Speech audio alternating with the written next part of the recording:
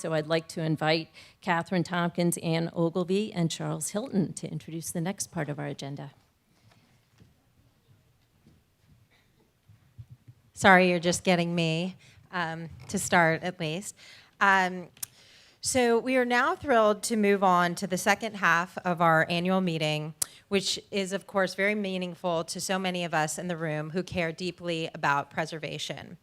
And that is the presentation of the David Ogilvy Preservation Award. The David F. Ogilvy Preservation Award was created in 2020 after David's passing as the Historical Society's highest honor to recognize a lifetime of achievement in preservation in Greenwich and beyond. The first David F. Ogilvy Preservation Award, as Deborah mentioned, was granted posthumously to David last year at the annual Greenwich Landmarks event, which also served as our annual meeting. Here tonight to present this year's award is Vice Chairman of the Historical Society Board, Ann Ogilvy. Ann will be joined on stage by tonight's awards program sponsor, Chuck Hilton of Charles Hilton Architects. Thank you, Ann and Chuck, and I'll turn it over to you.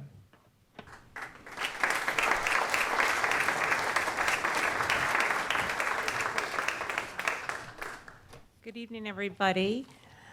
This is an easy one, Mr. Royce.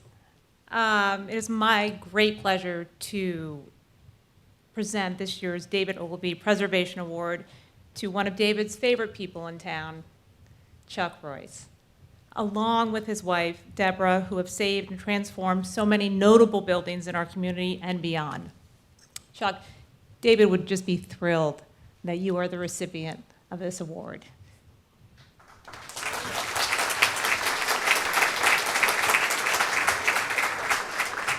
You have, as most people know in this room, quietly and steadfastly preserved and saved and donated to so many historic buildings in this town and beyond. Your legacy is just incredible, and it's going to be enjoyed by generations of people to come. Please never stop. Your generosity knows no bounds. And it is my great pleasure to present this award to you this evening.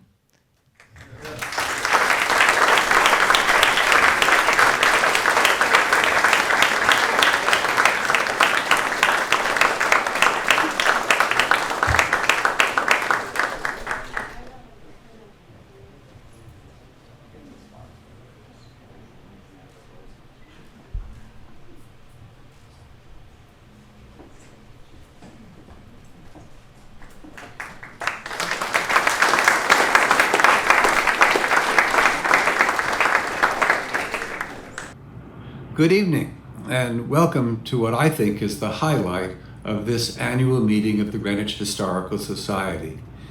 An opportunity to hear directly from our honoree, Chuck Royce, and his wife, Deborah, about what led to his passion for historic preservation, restoration, and utilization of historic properties.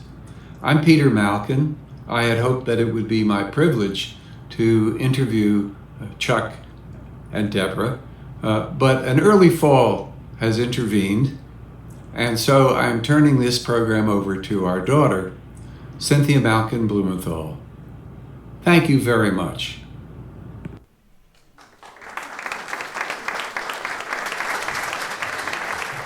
Please join me in welcoming Cynthia Blumenthal and Chuck and Deborah Royce to the stage.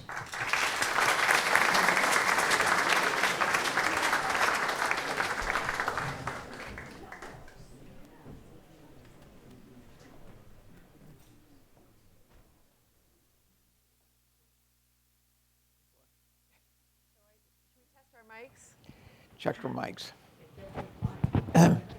Mic check. Everyone hear us? All right. My mother cannot hear me well. I will speak very clearly. Can you hear me, Grandma? So in about 5 minutes, I think a cannon is going to go off, and we're all going to stand. So I just wanted to warn everyone, it's not a review of our performance when that happens. I may take the first few minutes just to talk a little bit about my father and my mother, who have, for many years, instilled through all of their children, grandchildren, and great-grandchildren a love of history and a love of this town. And I wanted to do a little preamble about how I heard from my mom and dad about how they first met both of you.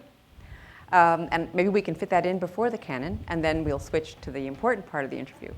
But my dad told me that their first exposure to Chuck came at an event at the Bellhaven Yacht Club in 2009, when a large-scale model of the Ocean House was on display, and Chuck spoke about the plans underway to rescue that structure from its decline. And that introduced both my parents to the concept of the Ocean House, and they decided to take us, their children, for an end of summer gathering. Ever since, we have gone every year. And most recently in August with not only the children and the grandchildren, but 6 great-grandchildren. So we are all very much the beneficiaries of your vision and your largesse and the beauty of the Ocean House. I recommend it to everyone here for a visit. As my father said, the Royce hospitality and the Ocean House have become a real feature of our total family. As my parents learned more about the Royces, they became aware of their work in preserving the Avon Theater. The first 6 years of my life, we lived in Stamford, and we used to go to the Avon all the time.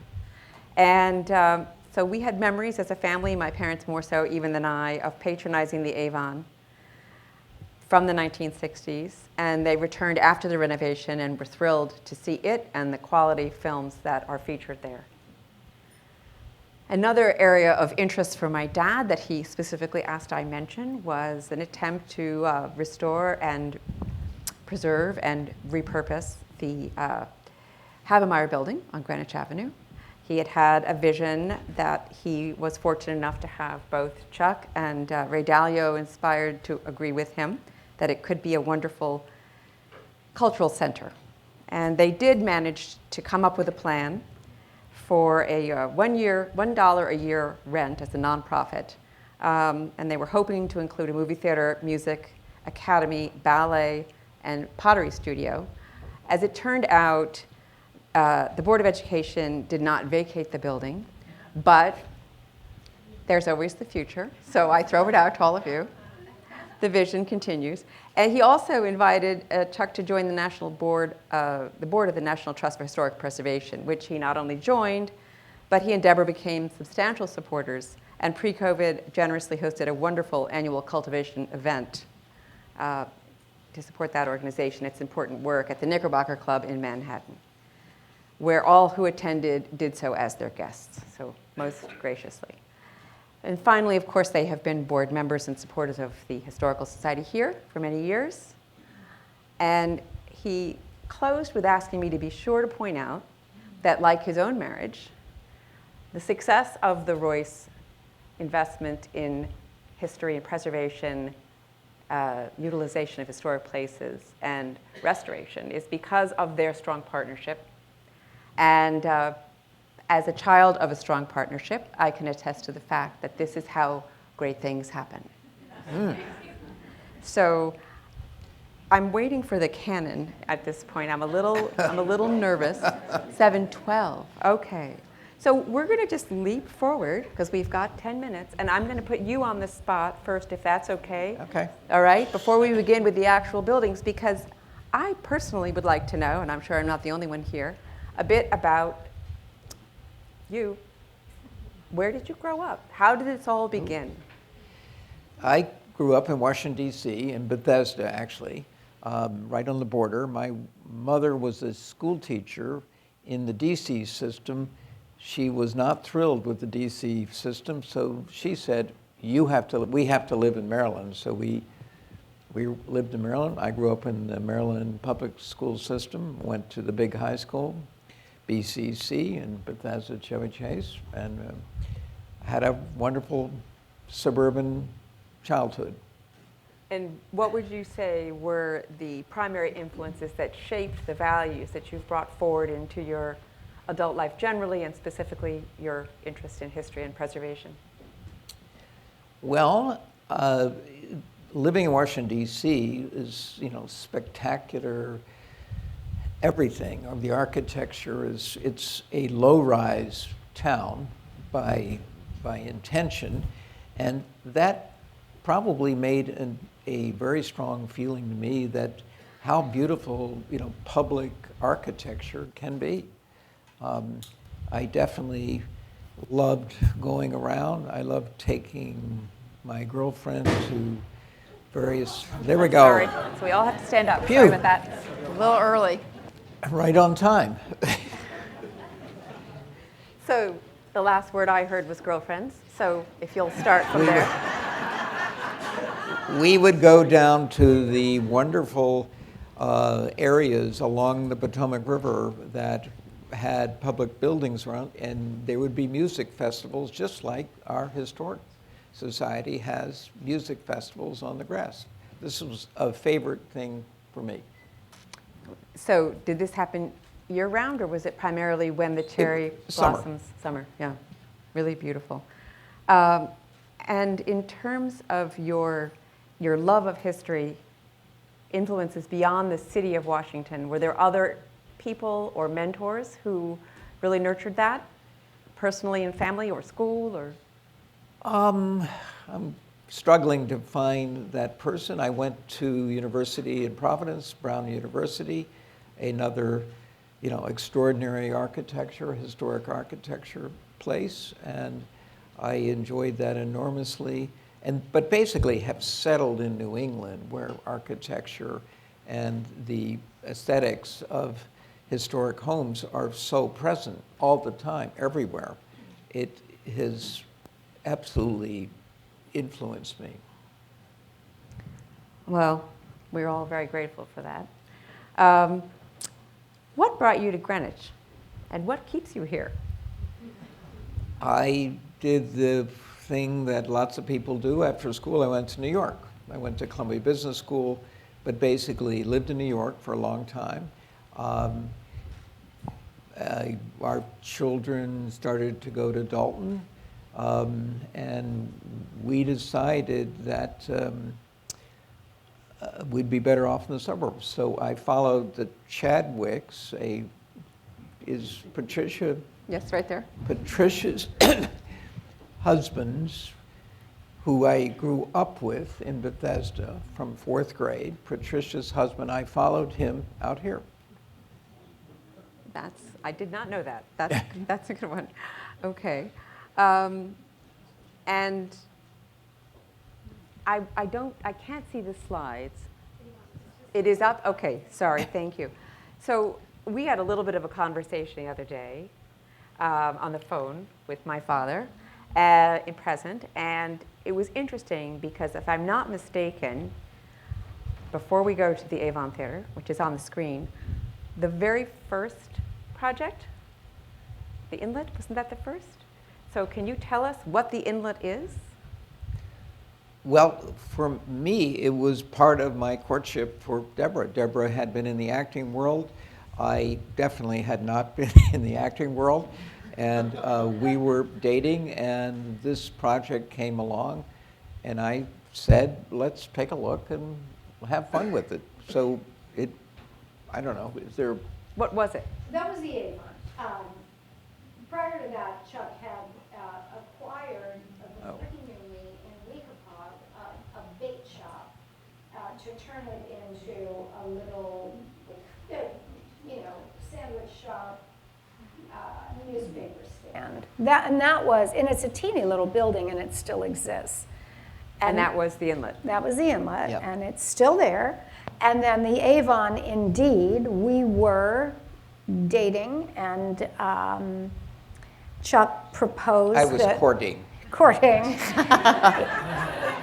He proposed that we, purchase and restore the cinema in Stamford, Connecticut. And Anne, at that time, was dating David. And so we became friends, the four of us. Every benefit together. And they got married, we got married. So It was meant to be. So the Avon was a theater that was built in opened in 1939 with screening of, I think, most people's favorite, if not everyone's, It's a Wonderful Life, with Yes. Jimmy Stewart. But by the time you both came upon it in its more recent pre-restoration guise, it was not far from two big multiplexes that had gone in and were competing with it. What was the state of the theater when you first encountered it? It had been abandoned by the family. Translux. Yeah. Translux. And we just thought that was a shame. We were both movie folks, and I don't know, it just appealed to us. It didn't seem like such a big deal. So we bought it and just started messing around. Well, and so, of course... I taught her how to make popcorn. Oh, okay. And she taught you how to act. Yeah, exactly. If anyone doesn't know of Deborah's many creative talents, both on the film front and as an author, I will shamelessly shill for her now. So you ran the popcorn concession? Is that what you're telling us? No? You should ask Louisa Green, our extraordinary director of development, who has been since when, Louisa? 2005. So really shortly after we opened. And Louisa, if you must all know Louisa, and she's going to ask you for money after you give to the Historical Society, you can give to the Avon. But the Avon is one of, I think, the last historic theaters standing in all, or open in all of the state of Connecticut. One of. So, Yeah. and if I'm not mistaken, also, there's a very thoughtful approach to the films that are played there. They're shown there, run there. They're kind of a cross between some more current commercial works, but also some art films and some wonderful classics. Who makes those decisions? We have a wonderful booker. Well, we have an extraordinary, Adam Birnbaum is our director of development. And really the genius of Chuck, Adam was super young when he came to us when we first opened, and which I think was 2004 we opened. And Adam had his master's in film, and for the first couple of years, he really worked for us alone as a director of development. And then Chuck had this very creative idea, and I think one of the things to understand about Chuck's mind with everything he approaches is an unusual, out-of-the-box way of thinking. And Chuck encouraged Adam to also book for other independent cinemas. So Adam, how many dozens does he book? Well over 50. So Yeah, Adam... he's probably the biggest art independent booker, and he literally showed up on our steps just after college, knocked on our door, introduced himself, and we fell in love, and he's been with us ever since.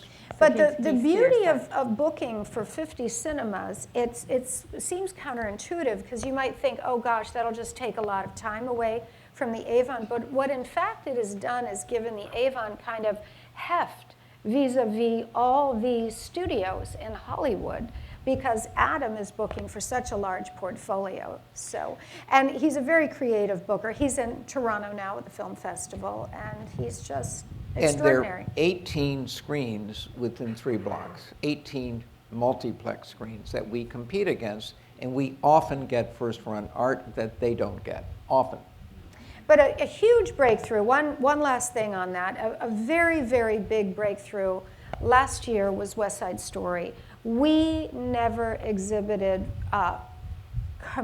first-run commercial films, and West Side Story was a huge block, production.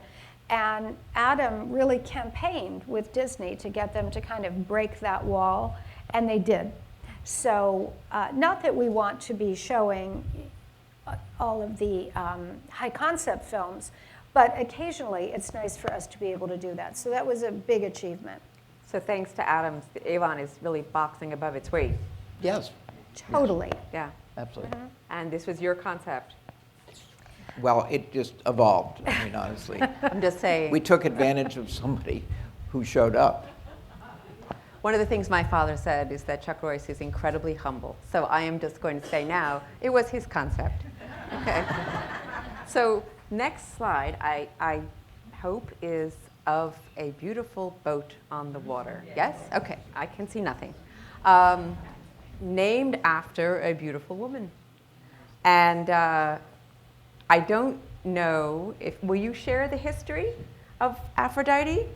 Sure. So I don't have to bore everyone? You Sure. tell. Okay. This was Jock Whitney's boat, who is a famous, in every area, post-war. The boat was built in the late 30s. 37. 37, and Jock took it on as a source of pride to he lived in Long Island, and he used the boat theoretically to go to Wall Street. Theoretically, he would walk down to the boat in his pajamas and change in the boat and go to Wall Street, and then reverse coming home. I mean, who knows whether he did. But he was famous in every way in the government. He was ambassador to London. He did major deals. He was a fancy horse racer and had horses. He was a big deal. And this was Jock's favorite boat. And over time, during World War II, it was lent to the government. FDR used it. To go up and down the Hudson. To go Hyde to Park. his place in Hyde Park. Right. And I understand that Spencer Tracy and Shirley Temple. Shirley and Temple. We Fred have Astaire. Shirley Temple's picture in the boat, walking on the boat. Anyway, I think of it as public art, that it isn't, I'm not really a boater.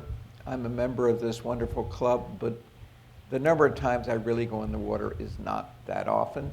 But I love beautiful, beautiful things, and Aphrodite is a beautiful thing. So, but when you found her, It was in the swamp in Stewart, Florida, right in a swamp. How long were the worms, Chuck? The worms were huge. Sounds like We eels. lifted it up and the worms just fell out. I tried to get Mystic Boatyard to restore the boat, and they were adamant that it was too recent a boat. They couldn't deal with it, and of course they're begging for the boat now. But so they wouldn't do it, so we had the boat done in Brooklyn, Maine at White's, which is an extraordinary place. And how anyway, long did it take them to restore it? Her? 3 years. Yeah, it took a while. It did. And I think it's the kind of restoration where I don't know how much is left of the actual original wood. I think they would, take a board out and put a new one in, and take a board out and put a new one in. And somehow the spirit of it is all intact. So where does she now reside? We more or less keep it in Watch Hill in the summer. We come down here in June and September. We take friends out down here, and many friends have been on the boat, and we love doing that. And we're going to follow Aphrodite right up to Watch Hill and over the line to the Ocean House. Okay, so for those of us who have been lucky enough to go to the Ocean House and have had a little outing on Aphrodite, I can tell you it's truly extraordinary. The Ocean House, this is a unique project, and when we had our conversation, there were things I learned that I hadn't understood. Can you tell us how this project evolved and what is unique about it in contrast to the other restorations that you've done? Well, I know that's the trick question. It's not a restoration, it's a replication, which is by and large frowned on in the preservation world for good reason. Honestly, there wasn't the hotel had been there for 150 years. I had spent many times in the bar, in the basement, and there was a huge fire in Providence in the early 2000s, which killed 100 people or so. And they changed all the fire rules for all of Rhode Island. And gradually, each floor at the Ocean House had to close because they weren't safe. So literally, every year, a different floor was closed over the course of time, and gradually the whole thing closed. And a wonderful man that I knew very well, Fred Whittemore from Morgan Stanley, who was one of the founders of Morgan Stanley, he said, I'm going to fix it. So he bought the hotel from the owners, and he had real trouble getting the neighborhood to kind of agree on his format and how it would all work, and he gave up. Fred Whittemore has seldom given up on anything. So he walked from the project. A developer from New Canaan came along, bought the site, and he said, I'm tearing it down, and I just want to build McMansions, you know. Greenwich has too many McMansions, especially the newer kind, and it broke my heart. And I went to him in New Canaan and told him, I said, I don't like it. There's nothing about this that I can support. And what would it take to go away? He said, well, look, I don't have a lot of money in this thing. I just have an option to buy it. And if I could make X, I would go away. I said, deal. And we had nothing, there wasn't anything more to it. I can assure you, my wife didn't really, I'm not sure we talked about it a lot. No, we did.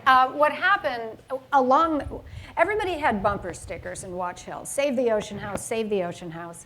And this was after Fred couldn't save it. And then it went to the guy who was going to knock it down.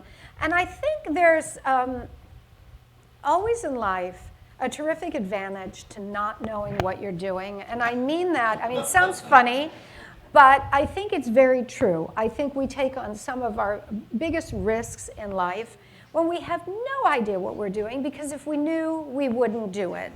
It's like trying to go back and be as bold as you were in your first youth taking something on. So I think we had no idea what we were doing. Yeah, this qualifies for that. Just went right in. And if I understand correctly, you preserved a lot of the original architectural elements. Would you tell everyone how many and what type? 5,000.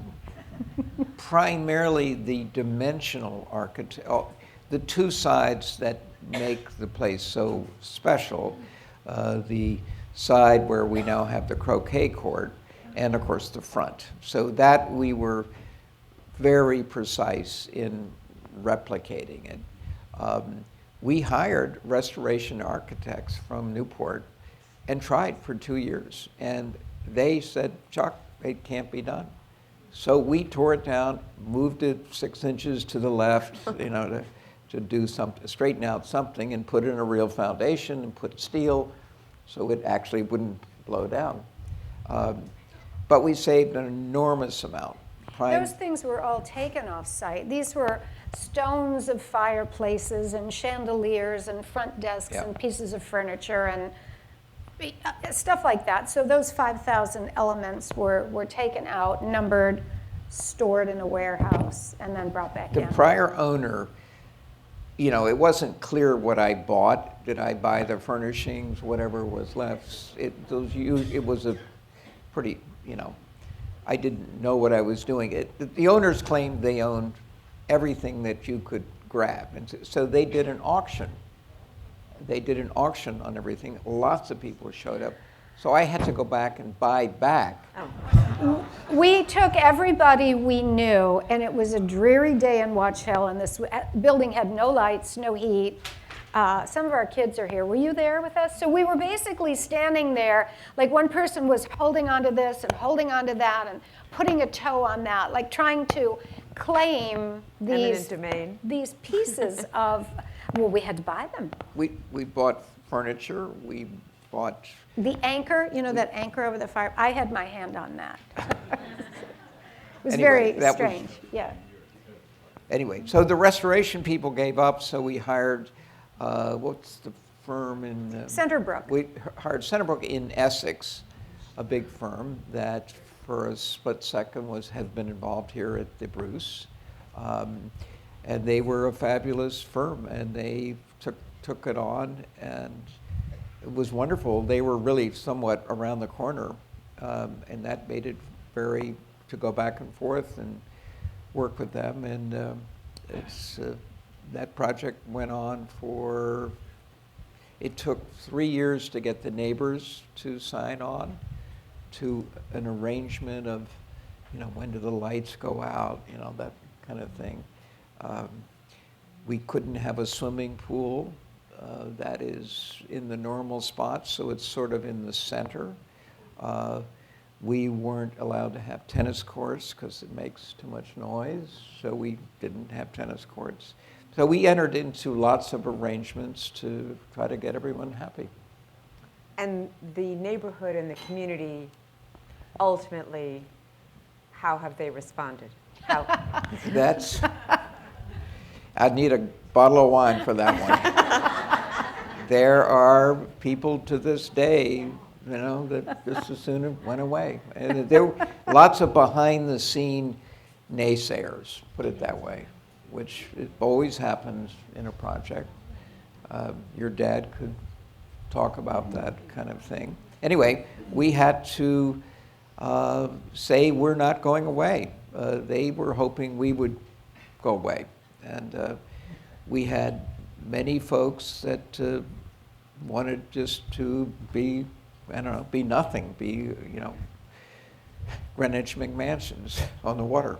It didn't ultimately the Preservation Society in the area? They have done the Rhode Island, the entire Rhode Island State Preservation Society did their annual convention a few years and loved it. So anyway, that's my Well, turnaround Taylor story. Swift is down the road, so it's been blessed, right? Yes.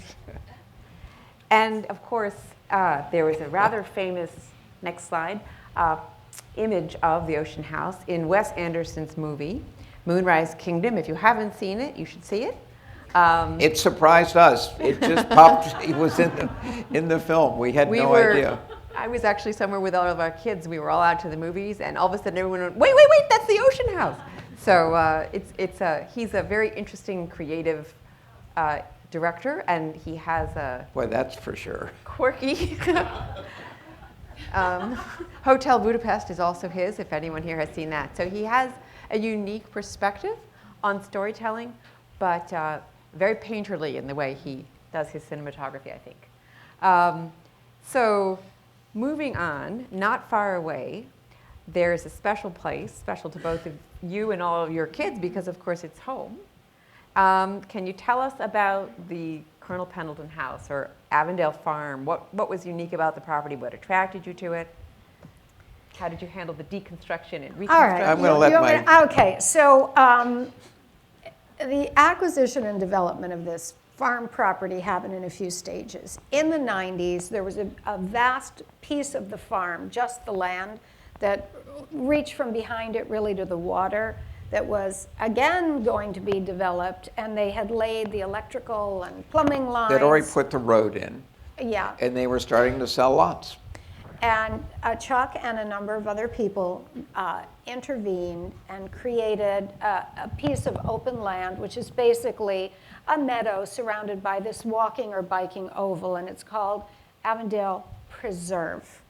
So that's the bulk of the land. What remained of Avondale Farm, or whatever you want to call the property, it's had multiple names, was about 4 acres and a colonial era house, meaning, pre-Revolutionary War. And We think it's the oldest house in Rhode Island. yeah, and a Can't few prove it. outbuildings and the foundation of a big barn. So my understanding of why we bought the property is you wanted a cabana, and the lady who owned the property, because these cabanas are like gold in Watch Hill. They're part of the yacht club, and they are, privately owned beach cabanas. And to get the beach cabana, she said, fine, I'll sell it to you if you buy the farm. That's kind of true, right? So we overpaid for both. So step one was Chuck found this barn in Ontario, and, because there are no barns in Rhode Island. We went on a barn hunt. We had engaged this unusual friend of ours to search for the barn. And Hayward Gatch. And Hayward found the Aristotelian version of a barn somewhere very, very far that was moved in. And so right before we began the Ocean House, we did do the barn, and it's quite spectacular. And Chuck swore that it was going to be a livestock barn. He pledged to the town council or whatever zoning. And in fact, it is a barn with a professional kitchen and a wall of fireplace and windows everywhere, the most beautiful windows. we snuck the kitchen in, and we got in trouble with everyone. It's We a weren't supposed to magnificent have a kitchen. event barn. So then we got going with the Ocean House. So 7 years went by, and we stepped away from the property. And when we went back to the property, we worked with this guy called Brian Cooper, who is, what's Brian Cooper? Well, he is a professional restorer. He's been on all the old home TV shows. He's right up there in knowledge around this. So Brian was reconstituting wrought iron nails with a certain degree of heat that you could then hammer them back into their original shapes. He did a lime kiln to make our plaster. There's the Matunic Oyster House up the road, and thousands of oyster shells were delivered, and this kiln was built and lit on fire, and when the oysters reach a certain temperature and you pour in water, there's a chemical reaction and you have plaster. Wow. Needless to say, we drank It's a way to burn oysters and to burn money all at once. So, Is that how plaster is normally made? No. well, long ago, I don't think in Yeah. recent centuries, no. Fascinating. It was more of a costume show. I mean, They dressed up in people costume. dressed up to come to this. So it's a magnificent house. It's a magnificent property. We have decorative sheep and decorative goats. And one of our daughter's husbands gave us the goats as sort of a dowry. We have bees. We had their engagement party or wedding party in the barn, and they brought in a baby. Three. Right.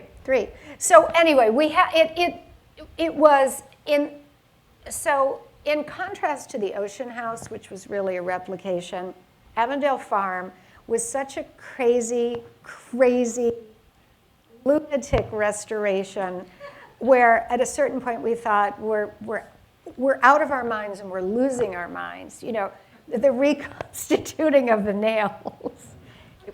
Is Brian Cooper someone who's been on this old house? I mean, Everything. He's brilliant. He's gifted. I have his number if anybody. He was born in the We wrong would century. sell the house any day of the week at half of what we spent from Brian. But it's a work of art. It is, we'll bring you to see it. Anyway, we have a beautiful dog that we keep now on the property. Sam, she's Great Pyrenees. She lives with the decorative sheep and goats. She keeps the sheep. I don't even know what to say. I'm just going to leave that one right there. I'm very impressed. I hope you all are able now to go and relax and enjoy it when you're there. I think we're going to the next slide now, which would be Deer Mountain Inn. Oh, I'm sorry. I skipped ahead. Forgive me. Weekapaug Inn. So back to the inlet. Same town, different venue. How did this happen? Way before the Ocean House sort of came our way, the Buffum family. Many of you may know the Buffum family. They'd been there for 100 years. They had owned the hotel, and they had, the maintenance had kind of fallen out of what it should have been. So I began helping him. I loaned him some money, loaned him a little more money, a little more money. Then the Ocean House happened, and I got super involved in that.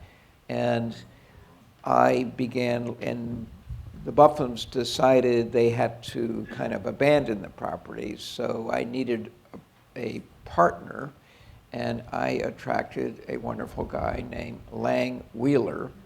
And we're 50-50 partners.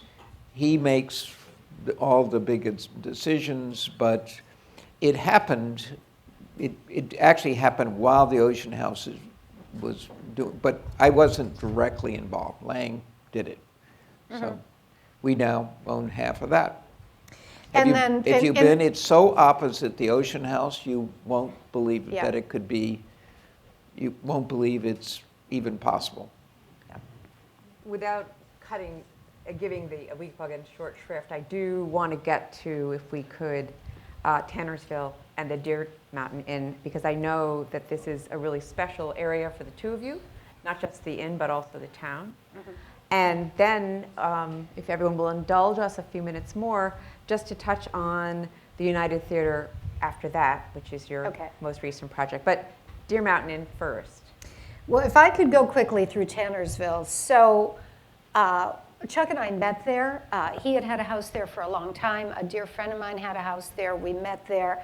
And early in our marriage, we went to a talk given by the mayor of the town and an incredible fellow named Sean Byrne, who was a prosecutor. He ran the New York State Prosecutors Training Institute in Albany, and he was a local boy who had done really well, and they had this vision that we drank the Kool-Aid. The vision was to acquire Main Street properties. Tannersville was a very charming little town, if you know the Catskills at all.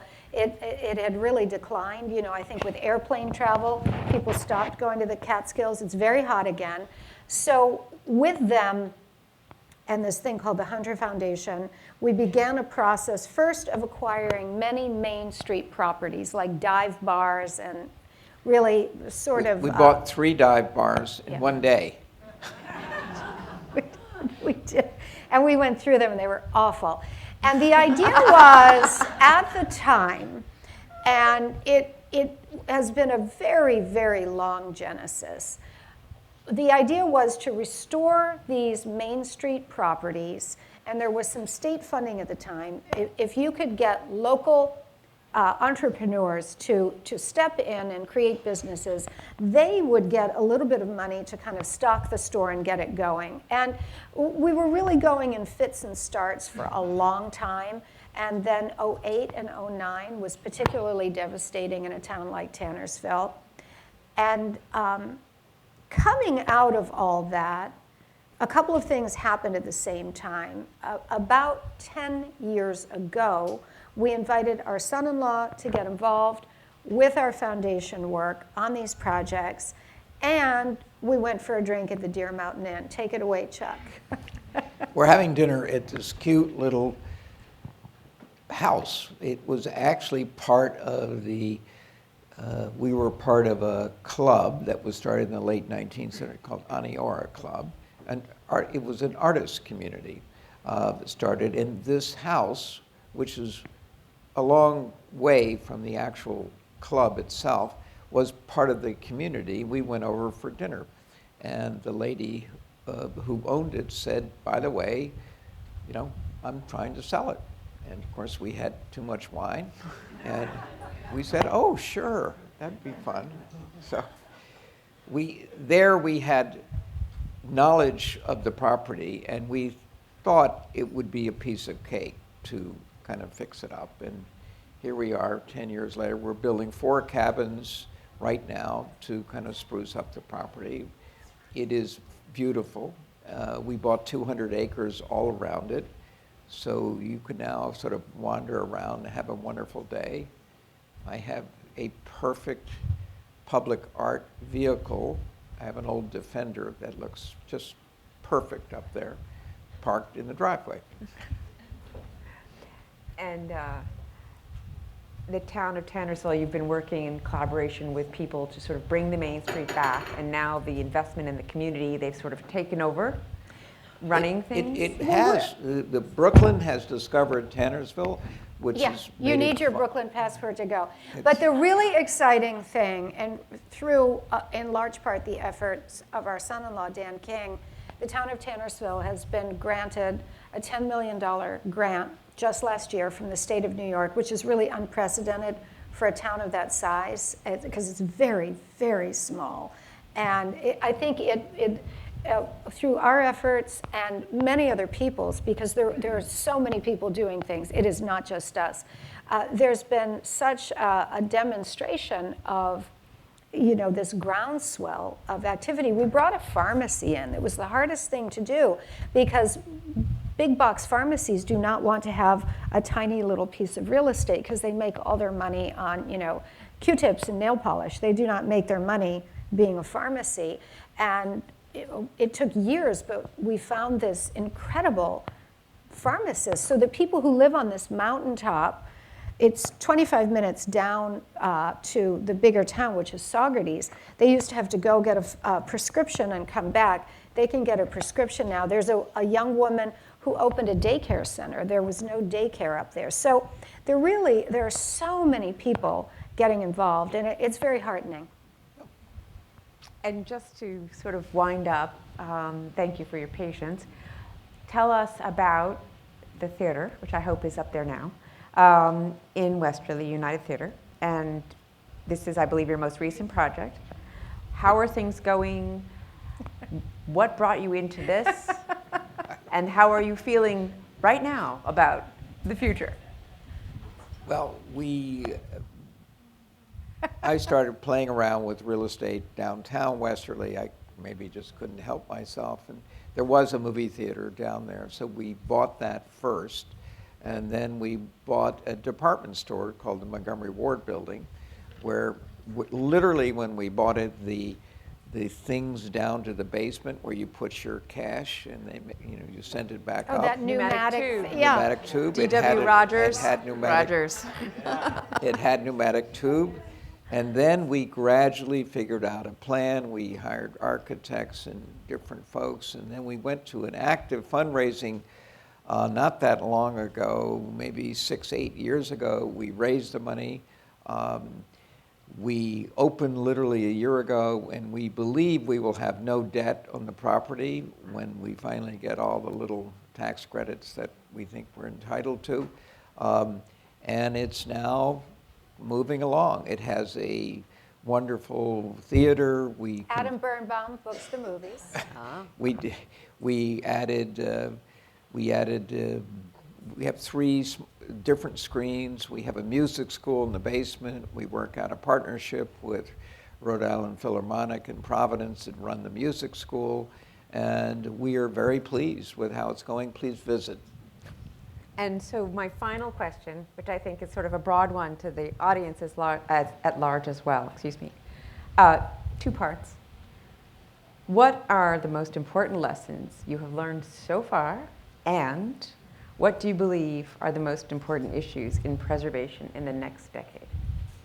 Oh boy, why don't you give one? Well, Everything costs 3 times what you think. That's the lesson? good lesson. It takes 3 times as long. I think one of if you compare and contrast taking on the Avon to taking on the United, I think with the Avon, we spent the money and got it open, and then have kind of gone backwards in getting more people involved in it. With the United, we really got a huge community involvement first. And I think for a project like that, that was the correct order to go in. That's one thing we've learned. But I think community is the thing, really. Yeah. That's really the focus. None of these things we did, we would not have done if we could not see a community purpose. And in all cases, we did. And in the case of the Ocean House, it was sort of obvious this was an important community activity. Avon, though, had a similar. And Well, you look at Bedford Street, it is vibrant. The restaurants are thriving on Bedford Street. It's a real cinema that you can walk in the door, and it's that Main Street setting is so important, and Greenwich doesn't have it. So if you were thinking what the most important issues were for preservation in the next decade, they would be? I'd say having a community purpose for the preservation. In other words, just by itself probably doesn't interest me. But if there's a true community purpose, then absolutely. Well, thank you so much for your time. Thank you, Cynthia. Really Thank you. important. Thank you all for being here.